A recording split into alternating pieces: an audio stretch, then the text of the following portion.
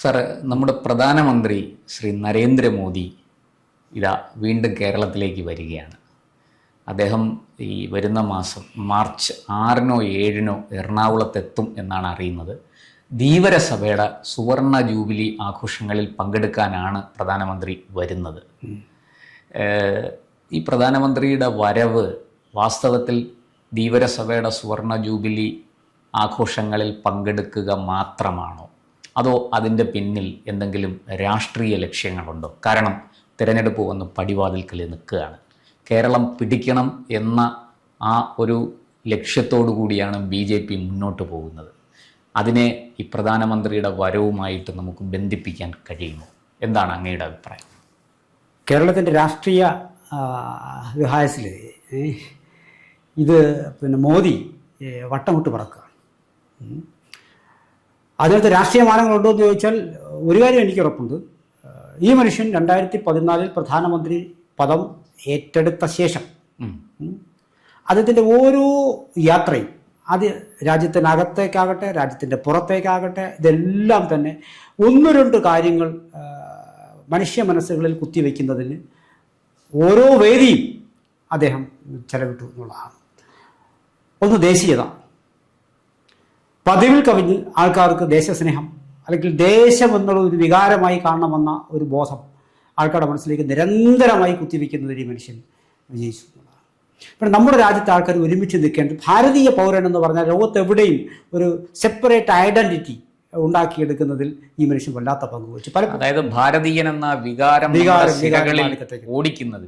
ഏതൊക്കെ രാജ്യങ്ങളിൽ അദ്ദേഹത്തെ കയറ്റാതിരുന്നുവോ അവിടങ്ങളിൽ പോലും ചെന്ന്, അപ്പോൾ നിങ്ങൾ പറഞ്ഞ പോലെ നല്ല മുന്നൊരുക്കങ്ങളുമായി ചെന്ന് അവിടുത്തെ ഭാരതീയർക്ക്, വിദേശീയർക്ക് കൃത്യമായ ആക്ഷൻ പ്ലാൻ, കൃത്യമായ PR വർക്ക്, കൃത്യമായ നയതന്ത്ര ഇടപെടലുകൾ.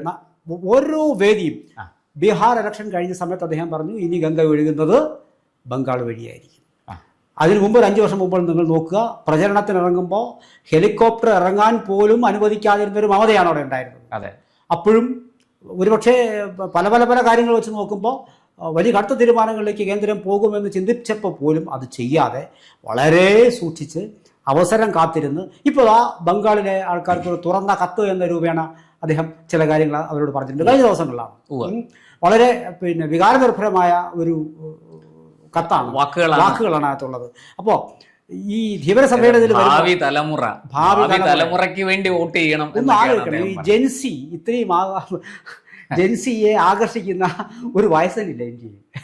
ഒന്ന് ആലോചിച്ചില്ല. വാസ്തവത്തിൽ അദ്ദേഹത്തിനാണോ പ്രായമായത്, നമുക്കാണോ എന്ന് സംശയം. ഞാൻ എൻ്റെ കുട്ടിക്കാലം മുതൽക്ക് പലപ്പോഴും ഞാൻ പലരോടും പറയുന്നുണ്ട്, അതിന് നമ്മൾ ഈ കുറച്ചേറെ നാളെ നമ്മുടെ വായ മൂടിക്കെട്ടിയിരുന്നു. പലതും സത്യം വിളിച്ച് പറയാൻ, ശരി വിളിച്ച് പറയാൻ ഒരുപക്ഷെ നമുക്ക് അവസരം പലപ്പോഴും നമ്മൾ ഉൾപ്പെട്ടിരുന്ന ചില പാർട്ടികൾ തന്നിരുന്നില്ല എന്നുള്ളതാണ്. ഞാൻ ജനിച്ചതിന് ശേഷം ഒരു വിമാനത്തിൻ്റെ പടികൾ ഓടി കയറുന്ന പ്രധാനമന്ത്രിയെ ഞാൻ ആദ്യമായിട്ട് കാണുകയാണ്. അത് ഇത്രയും പ്രായമുള്ള മനുഷ്യൻ. അതിന് അദ്ദേഹത്തിന് ആയുസ്സും ആരോഗ്യം കൊടുക്കണമെന്നേ നമുക്ക് പാർട്ടിയോ ജാതിയോ മതമോ നമുക്ക് എല്ലാവർക്കും അങ്ങനെ തോന്നുന്നു. ഇങ്ങനെ ഒരു വികാരം കുത്തിവെച്ച ഒരു പ്രധാനമന്ത്രിയെ ഞാൻ കണ്ടിട്ടില്ല. അതുകൊണ്ടാണ് ഞാൻ പാർട്ടിയിലുപരിയായിട്ട്, ഞാനൊരു BJP-കാരനല്ല, പക്ഷെ എന്നിരുന്നിട്ട് കൂടി ആ ഒരു മനുഷ്യന്റെ നിസ്വാർത്ഥമായ ഒരു പോക്ക്, നിങ്ങൾക്ക് അയാൾ ഏതെടുത്തും കുറ്റം അയാൾ ചെയ്യില്ല. അദ്ദേഹത്തിന്റെ രാഷ്ട്രീയത്തെയൊക്കെ എതിർക്കാം, പക്ഷെ നിലപാടുകളെ എതിർക്കാം. വ്യക്തിപരമായി ഒരു പ്രധാനമന്ത്രി എന്നുള്ള പദവിയിൽ ഇരുന്നുകൊണ്ട് അദ്ദേഹം ചെയ്യുന്ന പ്രവർത്തികളെ നമുക്ക് ഒരിക്കലും നിഷേധിക്കാൻ. ധീവരസഭയുടെ മീറ്റിംഗിൽ വരുമെന്ന് പറഞ്ഞു. അതുകൂടെ ചേർത്ത് ഞാൻ മറ്റൊരു കാര്യം പറയട്ടെ. 1 വർഷം കഴിഞ്ഞുണ്ടാകുന്ന സമസ്തയുടെ സമ്മേളനത്തിന് ശരിക്കും പോയി കാന്തപുരം പോയിരുന്നു. അതെ, 2027 ആദ്യം നടക്കുന്ന സമ്മേളനത്തിൽ പോയിരുന്നു. ഇവിടെ ധീവരസഭയുടെ വിളിക്കുന്നു. ഇദ്ദേഹം ജനിച്ചത് ഒരു പിന്നാക്ക വിഭാഗത്തിലാണ് ജനിച്ചത് എന്ന് പറഞ്ഞിട്ട് മനുഷ്യൻ ഏതെങ്കിലും പക്ഷങ്ങളില്ലാതെ ജനിക്കാറേയില്ല. ഏറ്റവും ചുരുങ്ങിയ പക്ഷം നിങ്ങൾ ആൺപക്ഷവും പെൺപക്ഷവും അല്ലെങ്കിൽ മറ്റൊരു ഇത് രണ്ടും പെടാത്ത ഒരു പക്ഷവുമായിട്ട് നിങ്ങൾ ജനിച്ചാൽ മതിയാവും. പിന്നെ നമുക്ക് ഈ ഞാൻ ജനിച്ചു വീണത് ഇന്ന സമുദായത്തിലാണ് എന്ന് പറഞ്ഞതുകൊണ്ട് എനിക്ക് ഭാവിയിൽ മാറാനുള്ള അവസരം ഉണ്ടെന്നേ. ഒരു സമുദായം ഒന്നും പെർമനന്റ് അല്ല. അപ്പോൾ ഇദ്ദേഹത്തിനെ ചിലർക്ക് ഇദ്ദേഹം മുഖ്യമന്ത്രി പദം ഏറ്റെടുത്ത സമയങ്ങളിൽ ഈ പിന്നാക്കക്കാരൻ എന്ന് പറയുന്ന ഒരു ലേബൽ അദ്ദേഹത്തെ ഏറെ ബുദ്ധിമുട്ടിച്ചിരുന്നു. മുഖ്യമന്ത്രി പദത്തിലിരുന്നുകൊണ്ട് അദ്ദേഹം ഏറെ ബുദ്ധിമുട്ടിച്ചിരുന്നു. ചില കലാപങ്ങൾ പോലും അതിന്റെ പിന്നാമ്പുറങ്ങളിൽ ഈ മുന്നാക്കക്കാരുടെ സൃഷ്ടിയാണെന്നും പറഞ്ഞിരുന്നു. അദ്ദേഹം നിരന്തരമായി സഹായത്തിനെ തേടി, എനിക്ക് തോന്നുന്നു ആപത്ഘട്ടങ്ങളിൽ ഫയർഫോഴ്സിനെയൊക്കെ വിളിക്കുമ്പോൾ പോലും അവർ പോലും കൃത്യസമയത്ത് ഇടപെടുന്ന ചില സാഹചര്യങ്ങൾ കൂടി ഇന്ത്യയിലുണ്ടായിട്ടുണ്ട്. അത് അദ്ദേഹം തന്നെ പറഞ്ഞിട്ടുണ്ട്. BBC-യോടോ ആണോ മറ്റാരോടെങ്കിലും ഞാൻ ഒരു അഭിമുഖത്തിൽ കണ്ടതാണ്. അതായത് ഗുജറാത്തിൽ കലാപം നടക്കുമ്പോൾ അദ്ദേഹം ഫോഴ്സിനെ ആവശ്യപ്പെട്ട്, മധ്യപ്രദേശ് അന്ന് ദിഗ്വിജയ് സിംഗ് ആണ് മുഖ്യമന്ത്രി, അദ്ദേഹം രാജപരമ്പരയിൽപ്പെട്ട ആളാണ്, അദ്ദേഹത്തിനോട് സഹായം ചോദിച്ച് അവിടുത്തെ പോലീസിനെ ആവശ്യപ്പെടുന്നുണ്ട്. അദ്ദേഹം അത് കേട്ട ഭാവം നടിച്ചിട്ടില്ല. അതുപോലെ രാജസ്ഥാനിൽ അദ്ദേഹം സഹായം ആവശ്യപ്പെട്ടു, അവിടുന്ന് കിട്ടിയില്ല. പിന്നെ ഒടുവിൽ അദ്ദേഹം LK അദ്വാനിയോട് പറയുന്നു, ഇത് നിയന്ത്രണാതീതമാണ്, ഒന്നും ചെയ്യാൻ കഴിയുന്നില്ല, പട്ടാളത്തെ വിളിച്ചാൽ നാണക്കേടാണ്. അപ്പോൾ അദ്ദേഹം LK അദ്വാനിയാണ് ഒരു സൊല്യൂഷൻ പറയുന്നത്, നിങ്ങൾ ഗില്ലിനെ, പഞ്ചാബ് DGP ആയിരുന്ന ഗില്ലിനെ വിളിക്കൂ. അങ്ങനെ ഗില്ലിനെ വിളിച്ചു. ഗില്ല് ആവശ്യപ്പെട്ട കാര്യം, ഞാനിത് ഏറ്റെടുക്കാം, ഇടയ്ക്ക് തടസ്സപ്പെടുത്തരുത്, ഞാൻ എൻ്റെതായ രീതിയിൽ മുന്നോട്ട് പോകും. അദ്ദേഹം പറഞ്ഞു, എനിക്ക് എന്ത് ചെയ്താലും വേണ്ടില്ല, ഈ കലാപം എത്രയും പെട്ടെന്ന് അടിച്ചമർത്തണം, എനിക്കത് മാത്രമേ ഉള്ളൂ, ഒരു മുഖ്യമന്ത്രി എന്നുള്ള നിലയ്ക്ക് ജനങ്ങളോട് നീതി പുലർത്താൻ ഞാൻ ബാധ്യസ്ഥനാണ്. ഇതാണ് നരേന്ദ്രമോദി അന്ന് പറഞ്ഞത്. ഇതൊക്കെ പിൽക്കാലത്തെ പുസ്തകങ്ങളിലൂടെയൊക്കെ പുറത്തു വന്നിട്ടുണ്ട്. പക്ഷെ ചർച്ചകളൊക്കെ വേറെ വഴിക്കൊക്കെ പോയി. ഇപ്പോഴും പല ആൾക്കാർക്കും ഒരു പിന്നാക്കക്കാരനെ ഉൾക്കൊള്ളാൻ ബുദ്ധിമുട്ടുള്ള ആൾക്കാർ നമ്മുടെ അവശേഷിക്കുന്നുണ്ട്, ഇല്ലെന്ന് പറഞ്ഞൊരു കാര്യമില്ല. പക്ഷേ അതിൽ നിന്നൊക്കെ ഈ ഭാരതീയതയാണ് ദേശീയതയാണ് നിങ്ങളിൽ പിന്നാക്കക്കാരനെയും മുന്നാക്കക്കാരനെയും നിർണ്ണയിക്കുന്നതിൽ പ്രധാന പങ്ക് വഹിക്കുന്നത് എന്ന ബോധ്യം ആൾക്കാരെ കുത്തി വയ്ക്കുന്നതിൽ ഈ മനുഷ്യൻ വിജയിച്ചു. അങ്ങനെയാണ് വാസ്തവത്തിൽ ഇദ്ദേഹം ഏറ്റവും മുകളിൽ തട്ടി. അതൊരു ബേസ് ആക്കിയിട്ടാണ്, അതാണ് ബേസ്, അല്ലാതെ നിങ്ങൾ ജനിച്ച കുലവും കാര്യങ്ങളും അല്ല. പക്ഷേ നമ്മുടെ പല പുരാണങ്ങളും പഴയ കവികളും ഒക്കെ ഏറെക്കുറെ എല്ലാവരും ഇതിന് ഈ നീരാളിപ്പിടുത്തത്തിൽ രക്ഷപ്പെട്ടിരുന്നില്ല. അതുകൊണ്ട് തന്നെ അവരുടെ എഴുത്തിനും വായനയിലൊക്കെ ചിലപ്പോൾ പ്രഭാഷണങ്ങളൊക്കെ അത് വന്നിട്ടുണ്ടാവാം.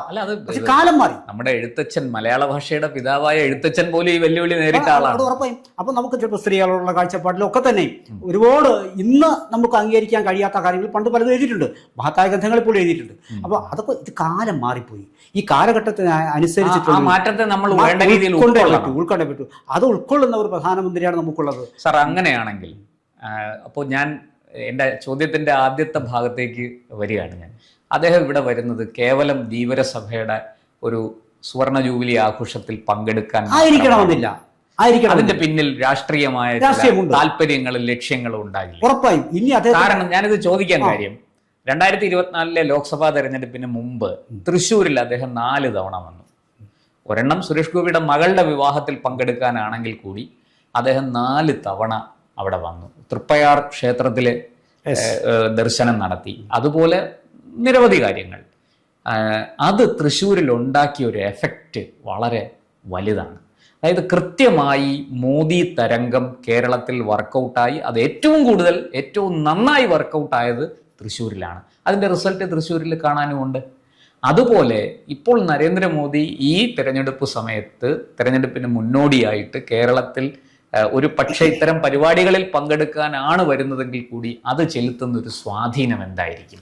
മോദി തരംഗം തീർച്ചയായിട്ടും അവിടെ വർക്കൗട്ട് ചെയ്യുമോ?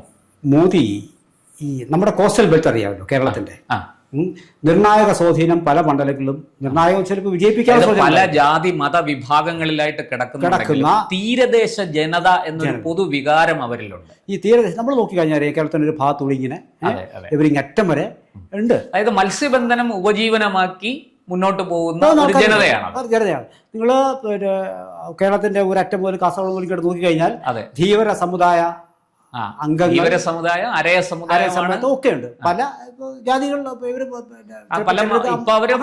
മതങ്ങളിലൊക്കെ ആയിട്ട് മുസ്ലിങ്ങളായിട്ട് മാറിപ്പോയവരുണ്ട്, ലത്തീൻ കത്തോലിക്കരുണ്ട്, അങ്ങനെ പല വിഭാഗം. ഒരുപാട് കഷ്ടപ്പാടുകൾക്കിടയിൽ ഇവരുടെ ഒരു മനോവികാരം ഏതാണ്ട് ഒരുപോലെയാണ്. ഏത് നിങ്ങൾ മതം അങ്ങോട്ട് മാറിപ്പോയിട്ടുണ്ടോ ഇല്ലോട്ട് മാറിപ്പോയിട്ടുണ്ടോ വേറെ കാര്യം. പക്ഷെ ഈ ഒരു ബെൽറ്റിൽ കിടക്കുന്ന, ഒരു ഏരിയയിൽ കിടക്കുന്ന ഇത് ആഗോള ഇവർക്ക് പരിമിതികളേ ഉള്ളൂ. ഒരുപാട് ബുദ്ധിമുട്ടുകളുണ്ട്, ജീവിതത്തിൻ്റെ ഒരുപാട് ബുദ്ധിമുട്ടുകൾ ആൾക്കാർക്കുണ്ട്. ഇവിടുന്ന് ഉയർന്നു വരുന്ന ഒരുപാട് പേരുണ്ട് താനും. അപ്പോൾ ഇത് ഒരു പ്രത്യേക ആവശ്യത്തിന് ധീവര സമുദായത്തിൻ്റെ വന്നിരുന്നാൽ കൂടിയും ഒരുപക്ഷെ ഈ സമുദായത്തിൻ്റെ വോട്ട് പൊളിറ്റിക്കലി ഞാൻ പറയുകയാണ് പല തരങ്ങളിലും BJPക്ക് കിട്ടിയിരുന്നില്ല. പക്ഷേ ഇതിവിടെ വരുന്നത് മെയിൻ പർപ്പസ് ഇതാണെങ്കിൽ കൂടിയും എപ്പോഴും ഈ ജനവിഭാഗത്തെ സ്വാധീനിക്കാനുള്ള ഒരു കഴിവ് പിന്നെ മോദിക്ക് ഉറപ്പായുണ്ട്. ഇദ്ദേഹം ഒരുപക്ഷെ ഇവിടെ കൊണ്ട് അവസാനിപ്പിക്കണമെന്നും ഞാൻ പറയുന്നില്ല. അദ്ദേഹം വീണ്ടും വരും. ഓരോ കേരളത്തിൻ്റെ ഭാഗങ്ങളിലുള്ള ഇത്തരം ചടങ്ങുകളിൽ അദ്ദേഹം ഇനി കൃത്യമായി പങ്കെടുക്കും. കാരണം ബംഗാൾ വഴി തമിഴ്നാട് വഴി കണ്ണ് കേരളത്തിലേക്കാണ്. ഇത് ഒരു രാഷ്ട്ര നേതാവ് സെയിം ടൈം ആൾ പ്രധാനമന്ത്രി മാത്രമല്ല, അതൊരു പൊളിറ്റിക്കൽ ലീഡറും കൂടിയാണ്. സ്വാഭാവികമായിട്ട് വിവിധ ഉത്തരവാദിത്തങ്ങൾ ഒരുമിച്ച് നിറവേറ്റുന്ന ഒരാളെന്നുള്ള നിലയിൽ അദ്ദേഹം ബാധ്യസ്ഥനാണ്. തീവ്ര സമുദായങ്ങൾ വിളിക്കുന്നു, ഇവിടെ വരുന്ന സമയത്ത് അദ്ദേഹം ഇതുവരെ ബി.ജെ.പിക്ക് ലഭിക്കാതിരുന്ന പിന്തുണ അത് നേടിയെടുക്കലാണ് അദ്ദേഹത്തിന്റെ ശരിയായ ലക്ഷ്യം. അതിൽ ആ ഒരു ലക്ഷ്യവും കൂടി അടങ്ങിയിട്ടുണ്ട്. വൈ നോട്ട്, എന്തുകൊണ്ട് പാടില്ല? അതുകൊണ്ട് ഉറപ്പുണ്ടാവും. ഇത് ചെയ്യാനുള്ള മനസ്സുണ്ടായിരുന്ന പല ആൾക്കാരും ഇല്ലായിരുന്നു. അതുകൊണ്ട് അദ്ദേഹം സമസ്യയിൽ വരാം എന്ന് പറഞ്ഞിട്ടുണ്ടെങ്കിൽ അങ്ങനെ സമസ്യയിൽ വരും, വിളിച്ചെത്തും. വിളിച്ചാൽ തീർച്ചയായിട്ടും ന്യൂനപക്ഷങ്ങളെ പലതരത്തിലും പല തട്ടുകളാക്കി ഭിന്നിപ്പിച്ച് നിർത്തി ബി.ജെ.പിക്കെതിരായി തിരിക്കുന്നതിൽ ഇവിടുത്തെ മറ്റ് പൊളിറ്റിക്കൽ പാർട്ടീസ് വിജയിച്ചു കഴിഞ്ഞിരിക്കുന്നു. അപ്പൊ അതിനെ പരാജയപ്പെടുത്തണമെങ്കിൽ തകർക്കുക. അത് ഇവിടുത്തെ ബി.ജെ.പി കേന്ദ്രങ്ങളൊന്നും വിചാരിച്ചിട്ട് വലിയ തോതിൽ തകർക്കപ്പെട്ടായിട്ട് നമുക്ക് തെളിവുകളൊന്നും കിട്ടിയിട്ടില്ല. ആ സാഹചര്യത്തിൽ പ്രധാനമന്ത്രിക്ക് ഇത് സാധിക്കുമെങ്കിൽ നരേന്ദ്രമോദി നേരിട്ടിറങ്ങുകയാണ്. അപ്പോൾ സ്വാഭാവികമായിട്ടും പിന്നെ UP ഉത്തർപ്രദേശ് സംഭവിച്ചില്ലേ? എന്തിന് ഗുജറാത്ത് നോക്കൂ, നിങ്ങൾ ഗുജറാത്ത് നോക്കൂ. ഗുജറാത്തിലെ ന്യൂനപക്ഷം അവരെ അടിച്ചമർത്തി വെച്ചിരിക്കുന്നൊന്നുമല്ല. ഇല്ല, അവരതിന്റെ ആനന്ദം അനുഭവിക്കണം, വികസനത്തിന്റെ ആനന്ദം അനുഭവിക്കും. തീർച്ചയായിട്ടും അവിടുത്തെ ന്യൂനപക്ഷങ്ങൾ വലിയ രീതിയിൽ ബി.ജെ.പിക്ക് പിന്തുണ കൊടുക്കുന്നുണ്ട്. ഇപ്പൊ ഏറ്റവും ഒടുവിൽ നമ്മുടെ കോൺഗ്രസ് നേതാവായിരുന്ന അഹമ്മദ് പട്ടേലിന്റെ മകൻ ഫൈസൽ പട്ടേൽ, അദ്ദേഹം വളരെ ശക്തമായ, അദ്ദേഹവും അദ്ദേഹത്തിന്റെ സഹോദരിയും വലിയ പിന്തുണയാണ് നരേന്ദ്രമോദിക്ക് കൊടുക്കുന്നത്. മാത്രമല്ല അദ്ദേഹം ഈ മകൻ പറയുന്നുണ്ട്, കോൺഗ്രസ് അവരുടെ സ്വയംകൃതാനർത്ഥം കൊണ്ട് തകർന്നു കഴിഞ്ഞു ഇന്ത്യയിൽ. ഇനി നരേന്ദ്രമോദി മുന്നോട്ട് വെക്കുന്ന വികസന കാഴ്ചപ്പാടിനാണ് ജനങ്ങളെ കയ്യിലെടുക്കാൻ കഴിയുന്നത്. അദ്ദേഹത്തിനോടൊപ്പം നിൽക്കുക, നമ്മൾ ദേശീയതയോടൊപ്പം നിൽക്കുക, നമ്മുടെ രാഷ്ട്രം എന്ന വികാരം കത്തിജ്വലിപ്പിക്കുക. ഇത് അഹമ്മദ് പട്ടേലിന്റെ മകൻ പറഞ്ഞ വാക്കുകളാണ്, മകൾ പറഞ്ഞ വാക്കുകളാണ്. കോൺഗ്രസ് എങ്ങനെയൊക്കെ ഞങ്ങളുടെ കുടുംബത്തെ അകറ്റി നിർത്തി, അച്ഛൻ മരിച്ചതിന് ശേഷം ഞങ്ങളെ എങ്ങനെയെല്ലാം പാർട്ടിയിൽ നിന്ന് അകറ്റി നിർത്തി എന്ന് ഞങ്ങൾക്ക് നന്നായിട്ടറിയാം. അതേസമയം ബി.ജെ.പി നരേന്ദ്രമോദിയുടെ പാർട്ടി ഞങ്ങളെ ചേർത്ത് പിടിക്കുകയായിരുന്നു, ഞങ്ങൾക്ക് എല്ലാ പിന്തുണയും അവർ നൽകുകയായിരുന്നു. ഇതൊക്കെ അദ്ദേഹത്തിന്റെ കുടുംബാംഗങ്ങൾ പറഞ്ഞ വാക്കുകളാണ്. പണ്ട് ആരോ ഇങ്ങനെ വലിയ ഫോഴ്സിൽ ഉന്തിവിട്ട് അതിന്റെ സ്പീഡിൽ എങ്ങാണ്ട് പിന്നെ പോയി ഓടിക്കൊണ്ടിരിക്കുന്ന ഒരു പാർട്ടിയാണ് ഈ കോൺഗ്രസ് എന്ന് പറയുന്നത്. അതിന്റെ ആ സ്പീഡ് ഊർജം കുറഞ്ഞു. അന്നത്തെ ഒരു ഊർജം, അന്നത്തെ സാമൂഹികമായ ഒരു ചുറ്റുപാടിൽ നിന്ന് കോൺഗ്രസ് നേടിയെടുത്ത അല്ലെങ്കിൽ പിഴിഞ്ഞെടുത്ത ഒരു ഊർജ്ജമുണ്ട്. ആ ഊർജ്ജത്തിന്റെ ബലത്തിന് അതിന്റെ ഇമ്പാക്ട് ആ ചക്രങ്ങൾ ഓടി തരുന്ന ലാസ്റ്റ് വേവിലാണ്. അത് സ്വാഭാവികമായിട്ട് ഇനി നിൽക്കും. കഴിഞ്ഞ ദിവസങ്ങളിൽ തന്നെ ഒരാള് പിന്നെ അവിടെ നമുക്ക് പ്രധാനമന്ത്രിയെ അല്ലെങ്കിൽ ഇത്തരത്തിലുള്ള കേന്ദ്ര സർക്കാരിനോട് നമുക്ക് പറയാനുള്ള കാര്യമുള്ളൂ. ഇന്നലെ തന്നെ ഏതോ ഒരു മതവിഭാഗത്തിൽപ്പെട്ട ഒരു ലേഡിയെ പിന്നെ അവർ ആ വിഭാഗത്തിൽപ്പെട്ടവരായതുകൊണ്ട് മാറ്റി നിർത്തി എന്നൊരു മാധ്യമ വാർത്ത വന്നിരുന്നു. ഇത്തരം കാര്യങ്ങളെ കൂടി അദ്ദേഹം വളരെ കൃത്യമായി അഡ്രസ്സ് ചെയ്യേണ്ടി വരും. കാരണം കേരളം പോലുള്ള സംസ്ഥാനത്ത്, കേരളത്തിലല്ലേ ഇത് മറ്റൊരു ഭാഗത്താണ്. അപ്പോൾ എങ്കിൽ പോലും അത് ഇവിടെ പർവ്വതീകരിക്കപ്പെട്ട് വന്നേക്കും. ഇത് സത്യസന്ധമായിട്ട് ഇത്തരത്തിലുള്ള മാറ്റി നിർത്തലുകൾ ആരെങ്കിലും ചെയ്യുന്നുണ്ടെങ്കിൽ, ഇദ്ദേഹത്തിന്റെ പ്രസ്ഥാനത്ത് ഉള്ളിൽ നിന്നുകൊണ്ട് ചെയ്യുന്നുണ്ടെങ്കിൽ അവരെ തെരഞ്ഞു പിടിച്ച് അത് അരുത് എന്ന് പറയാനുള്ള മനസ്സും കൂടി ഇദ്ദേഹം കാട്ടിയാൽ 10 മടങ്ങ് ഇതിനകത്ത് കിട്ടും. അതാണ് റിസൾട്ടായിരിക്കുക. കേരളത്തെ സംബന്ധിച്ചിട്ട് ബി.ജെ.പിക്ക് ഒരു പിന്നെ വരുമ്പോൾ സ്വാഭാവികമായിട്ടും ധീവ്ര സമുദായത്തിലാണെങ്കിലും ശരി മറ്റൊരു സമുദായത്തിലാണെങ്കിലും ഇവിടെ വരുമ്പോൾ ഇത് മാത്രം തന്നെ ചെയ്തിട്ട് പോകണമെന്ന് പറയാൻ കഴിയില്ല. അദ്ദേഹം പ്രധാനമന്ത്രിയാണ്, പൊളിറ്റിക്കൽ ലീഡറാണ്. ഇവിടെ വരുമ്പോൾ മറ്റ് സാധ്യതകളും കൂടി അദ്ദേഹം ആരായും ചിലപ്പോൾ ഇവരോട്ട് പാർട്ടി അംഗങ്ങളെ അഭിസംബോധന ചെയ്യും, അവിടെ പ്രത്യേക മീറ്റിംഗ് ഉണ്ടാവും. ആ സാഹചര്യത്തിൽ ന്യൂനപക്ഷങ്ങളെ എങ്ങനെ സ്വാധീനിക്കാം എന്ന ഒരു കൃത്യമായ അജണ്ടയും കൂടി അദ്ദേഹം പാക്കേജുമായിട്ടായിരിക്കും. ഒരുപക്ഷെ ഇത് വേറെ തമാശയുണ്ട്, നമ്മൾ ചിന്തിക്കുന്നത് ഒരു ഇഷ്യൂ നടക്കുമ്പോഴല്ല, ഈ നമ്മുടെ സാധനം ക്രൈസിസ് മാനേജ്മെന്റ് എന്ന് പറയുമല്ലോ, ഒരു ഇഷ്യൂ നടക്കുമ്പോഴല്ല അതിൻ്റെ സൊല്യൂഷൻ എൻ്റെ ഒരു വിലയിരുത്തലിൽ ബി.ജെ.പി ചെയ്തുകൊണ്ടിരിക്കുന്നതെന്നാണ് എനിക്ക്. ഇവരൊരു കൃത്യമായിട്ടൊരു ടൈം ഫിക്സ് ചെയ്തിട്ടുണ്ട്. ആ സമയത്തിനിടയിൽ ഇത്തരത്തിലുള്ള ഇഷ്യൂസ് വരുമ്പോൾ അവിടെ എങ്ങനെ പ്രതികരിക്കണം, ഓൾ ഓഫ് എ സഡൻ അവിടെ എന്താണ് ചെയ്യേണ്ടതെന്നുള്ള ടാക്ട്ഫുള്ളി ധാരണ അവർക്കുണ്ട്. അതുകൊണ്ടാണ് ബി.ജെ.പി ക്രിയേറ്റ് ചെയ്യുന്ന പിന്നെ നിശ്ചയിക്കുന്ന അജണ്ടയ്ക്ക് പിന്നിൽ മാധ്യമങ്ങൾക്കും കോൺഗ്രസിനും മറ്റ് പൊളിറ്റിക്കൽ പാർട്ടീസിനും പോകേണ്ടി വരും. പൊടുന്നനവേ ആക്ഷൻ പ്ലാൻ ഓൾറെഡി അതിന്റെ ഏറ്റവും നല്ല ഉദാഹരണമാണ് ആ വന്ദേ മാതരം. കറക്റ്റ് 150-ാം വർഷം എത്തുന്നത് വരെ കാത്തിരുന്നു. അതുവരെ വന്ദേ മാതരം ചർച്ചയായില്ല. ഒരു ചർച്ച അവിടെ വളരെ കൃത്യമായിട്ട് ഈ വെട്ടി നീക്കപ്പെട്ട 3 സ്റ്റാൻസയെ കൂടെ എടുത്തു വെച്ചുകൊണ്ട് വന്ദേ മാതരം നിർബന്ധമാക്കി ഒരു അജണ്ട വെച്ചു. പത്മ പുരസ്കാരത്തിന്റെ എന്ത് കാര്യങ്ങളും അങ്ങനെയാണ് ചെയ്യുന്നത്. അപ്പോൾ എനിക്ക് തോന്നുന്നു ഒരു പിന്നെ കൂടുതലേക്ക് കടക്കുന്നില്ല ഞാൻ ചില കാര്യങ്ങളിലേക്ക്, അത് മറ്റൊരു സമയത്ത് അവിടെ വിഷയം അതല്ലാത്തതുകൊണ്ട്. എന്തായാലും കേരളം പിടിക്കാൻ BJP നിശ്ചയിച്ചിരിക്കുമ്പോൾ അത് ഇപ്പോൾ വരുന്ന തെരഞ്ഞെടുപ്പിൽ എത്ര കണ്ട് സാധിക്കുമോ അത്രത്തോളം. അതാണ് മോദിയുടെ വരവിന്റെ സാധ്യമായ എല്ലാ വഴികളിലൂടെയും ഇപ്പോൾ അവർക്കുള്ള മെയിൻ തടസ്സങ്ങൾ എന്ന് പറയുന്നത് ന്യൂനപക്ഷങ്ങൾ വല്ലാതെ കണ്ട് തെറ്റിദ്ധരിച്ചിരിക്കുന്നു. ഈ പാർട്ടി BJPയോട് അകൽച്ച കാണിക്കുന്നതിന് കാണും.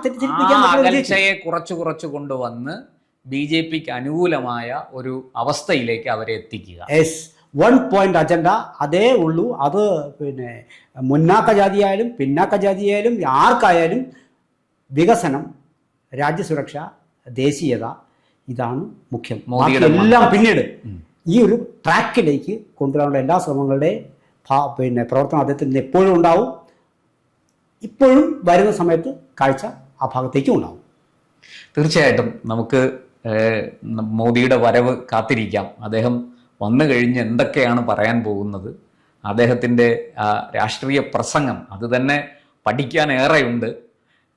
നരേന്ദ്രമോദി എന്താണ് കേരളത്തിലെ ജനങ്ങളോട്, മലയാളികളോട് പങ്കുവയ്ക്കാൻ പോകുന്നതെന്നുള്ളൊരു ആകാംക്ഷ ഇപ്പോഴേ തുടങ്ങിക്കഴിഞ്ഞു. നമുക്ക് കാത്തിരിക്കാം. മാർച്ച് 6-നോ 7-നോ അദ്ദേഹം വരട്ടെ. വന്ന് കേരളത്തിൽ അദ്ദേഹത്തിൻ്റെതായ ഒരു സംഭാവന, രാഷ്ട്രീയ സംഭാവന അങ്ങനെ വേണം പറയേണ്ടത്. പ്രധാനമന്ത്രി എന്നുള്ള നിലയ്ക്ക് അദ്ദേഹം കേരളത്തിന് വേണ്ട പിന്തുണയും സഹായവും സഹകരണവും ഒക്കെ നൽകുന്നുണ്ട്. പക്ഷെ അതിനുപരിയായിട്ട് അദ്ദേഹത്തിൻ്റെ ഒരു രാഷ്ട്രീയ സംഭാവനയ്ക്ക് കൂടി കേരളം ഒരിക്കൽ കൂടി സാക്ഷ്യം വഹിക്കാൻ പോവുകയാണ്. നന്ദി. കൂടുതൽ വാർത്തകളും വിശേഷങ്ങളും നേരിട്ട് ലഭിക്കാൻ ജനങ്ങളിൽ നിന്ന് ജനങ്ങളിലേക്ക് ജനഭൂമി ന്യൂസ് സബ്സ്ക്രൈബ് ചെയ്യൂ. ബെൽ ബട്ടൺ അമർത്താനും മറക്കരുത്.